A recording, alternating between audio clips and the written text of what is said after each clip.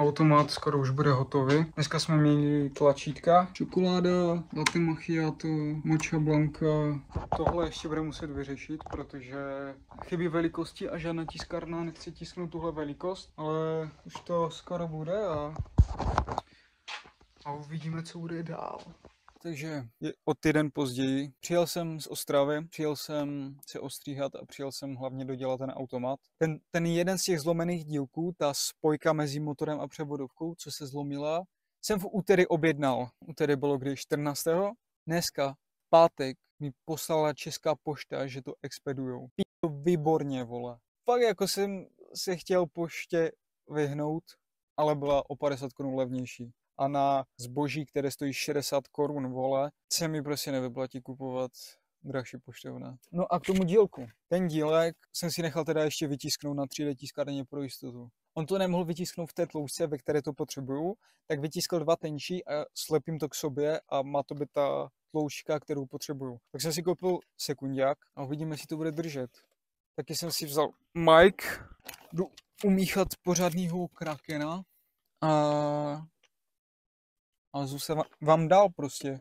Já jsem takový vyjebanec prostě. Vidíme to, mám káva, mocambo, cukr, venda, milk a cappuccino. To budeme taky ještě předělávat, protože v našem automatu nebude Irish cream, ale dubajská čokoláda. Budeme muset ještě vyřešit problém, že mincovník nerozměňuje.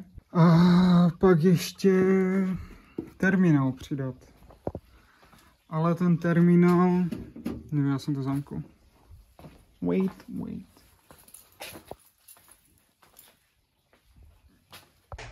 Takže, abych řekl nějaký update, možná někomu tyhle vlogy budou připadat jakoby chaotické, ale je to, protože jsem píčus. Neumím mluvit před kamerou, ale přijde mi to jako cringe celkem, je mi celkem trapně, ale chci si prostě udělat takovou moji cestu, jak to všechno bylo. A přitom to jde na YouTube, možná to někoho bude zajímat, možná se někdo ode mě něco naučí, možná někdo bude chtít něco zkusit. Předevčírem jsem teda přijel k mým rodičům, kde je můj automat a s Viktorem, což je můj business partner.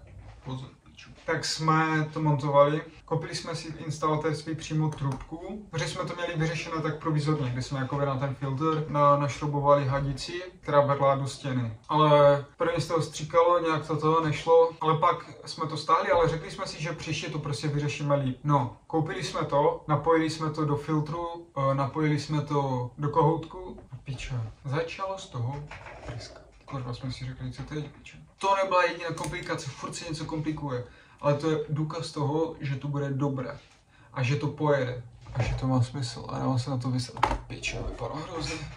A proč mám šiltovku? Protože jsem se neostříhal, pičo. A vypadám more jak Bruno Mars, vole. Celý den jsme s tím nějak bojovali. Prvně jsme polepovali automat. A jak jsme ten automat polepovali, všechny ty věci, co jsme měli na tiskle, jsme dávali na své místo. No ale nepouštili jsme vodu. A pak večer, třeba po 3-4 hodinách, kdy jsme všechno umývali, čistili, všechno jsme doplňovali, polepovali, tak po 4 hodinách jsme si řekli, že by byl asi čas to spustit vodou. Ne, by byl čas to pustit. Zapli jsme to a házelo to error 06. Tak jsme si říkali, co zase je. Už jsem byl úplně v píču, ale nešlo to. Přidal jsem vodu, kurva to nejel. Tak můj kámoš, instalatér, má instalatérskou firmu, přijel, za 2 minuty to měl vyřešené, obvazal ten závid nějakým bílým špagátkem. Za 2 minuty to měl hotové a neprskalo to a jelo to.